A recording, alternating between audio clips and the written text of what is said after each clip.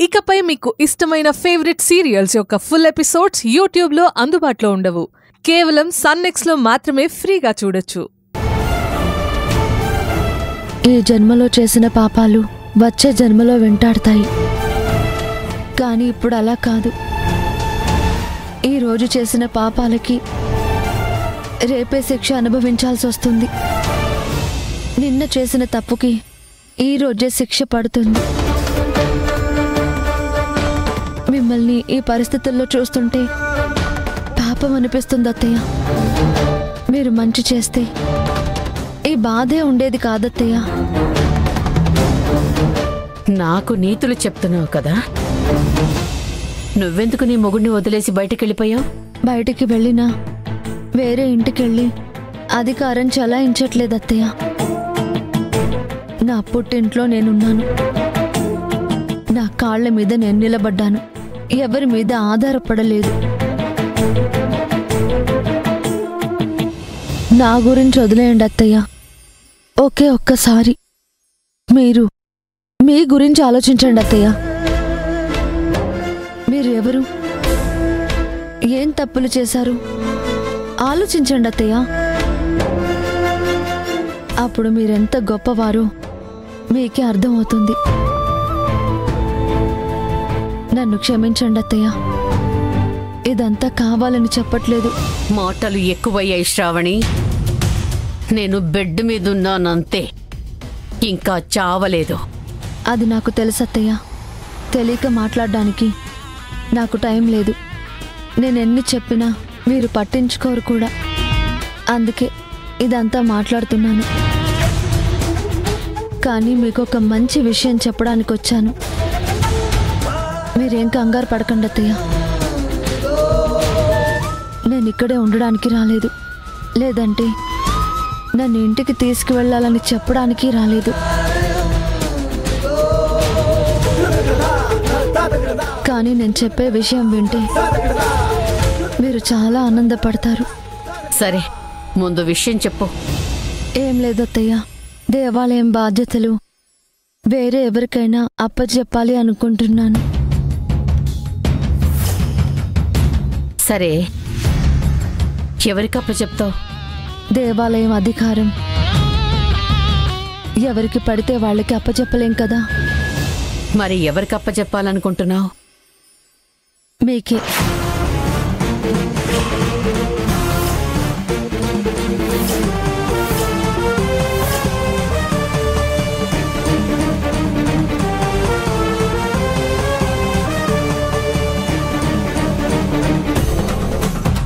ఎందుకు ఆలోచిస్తున్నారు అత్తయ్య?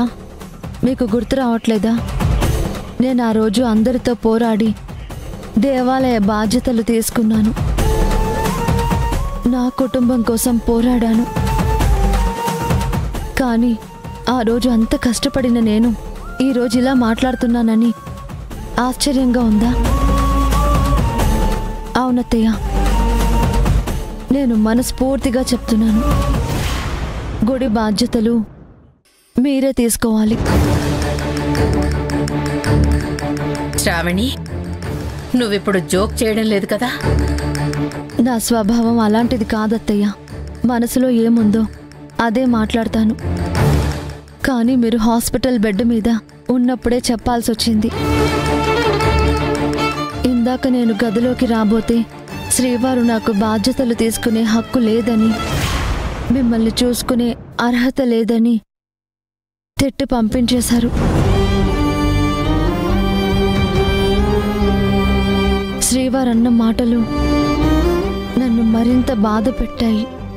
అందుకే ఈ అధికార బాధ్యతలు మీకే అప్పగించాలని నిర్ణయించుకున్నాను. తోడు పుట్టిన చెల్లెల్ని నేనుండగా అధికారం ఎవరికో అప్పచెప్తుందా? చూడు శ్రావణి, అప్పుడు నాకు ఆశ ఉంది కాబట్టి గొడవ చేశాను. ఇప్పుడు నాకు దేని మీద ఆశ లేదు. ఇలాంటి వాటి మీద వ్యామోహము లేదు. మీరు పైకి అలా చెప్తున్నారు, కానీ మనసులో చాలా ఆశలున్నాయి అత్తయ్య. మీ కళ్ళే నిజం చెప్తున్నాయి.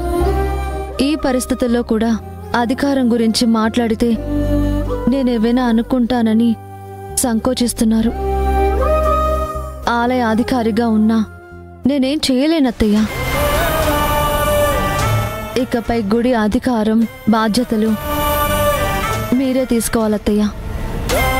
నాకేం వద్దు. శ్రీవారే నా పక్కన లేనప్పుడు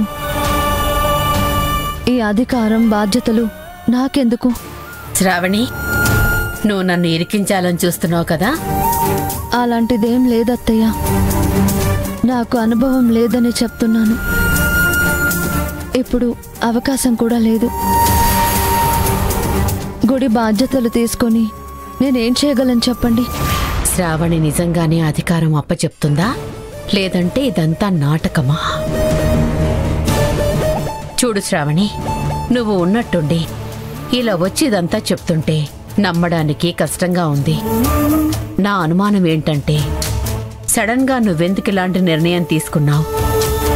కారణం ఏంటి? ఎందుకు? ఎవరైనా నిన్ను బెదిరిస్తున్నారా? లేదత్తయ్య, ఇది స్వయంగా నాకు నేను తీసుకున్న నిర్ణయం. నన్నెవరూ బెదిరించలేదు, ఎవరూ ఒత్తిడి చేయలేదు. మీరు ఈ అధికారం కోసం ఎంత కష్టపడ్డారో నాకు తెలుసు. ఇప్పుడు మిమ్మల్ని తీసుకోమంటున్నాను. దయచేసి కాదనకండి. మా అక్కకి మతిపోయిందా ఏంటి? అధికారం నాకప్ప చెప్పొచ్చు కదా. పోయి పోయి ఇందిరాన్ని నడుక్కుంటుంది. న్యాయంగా అడిగితే అధికారం నాకే రావాలి. మధ్యలో ఇందిరాని ఎవరు? అది ఎవరో ఏ వంశానికి చెందిందో తెలీదు. ఎలాగైనా సరే అధికారం ఆవిడ చేతిలోకి వెళ్లకుండా చూడాలి. ఇంకొకసారి ఆలోచించు. గుడి బాధ్యతలు వదిలేయడం అంటే చిన్న విషయం కాదు. ఆ బరువు మొయ్యాలన్నా నేను కూడా ఆలోచించే నిర్ణయం తీసుకోవాలి. సరే అత్తయ్య, మీ ఆరోగ్యం జాగ్రత్త. అలాగే. శ్రావణి, శ్రావణి,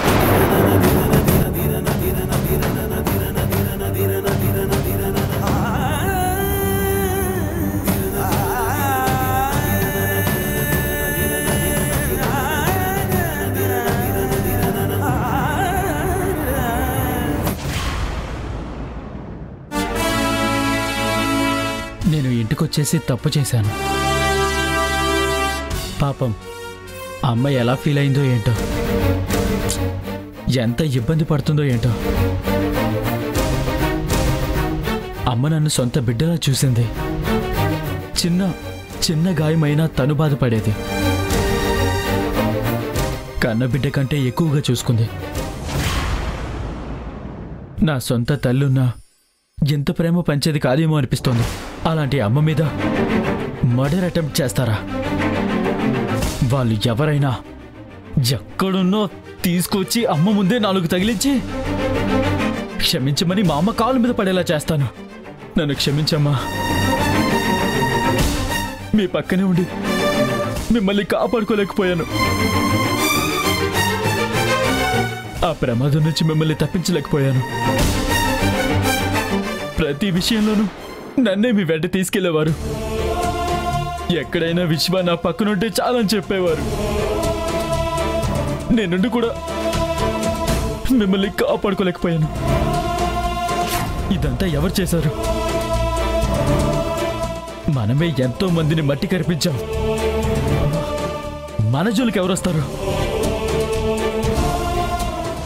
ఆనందరావు అయి ఉంటాడా? దీపా? వాళ్ళకంత సీన్ లేదు. ఎవరై ఉంటారు? అంత ధైర్యం ఎవరికుంటుంది?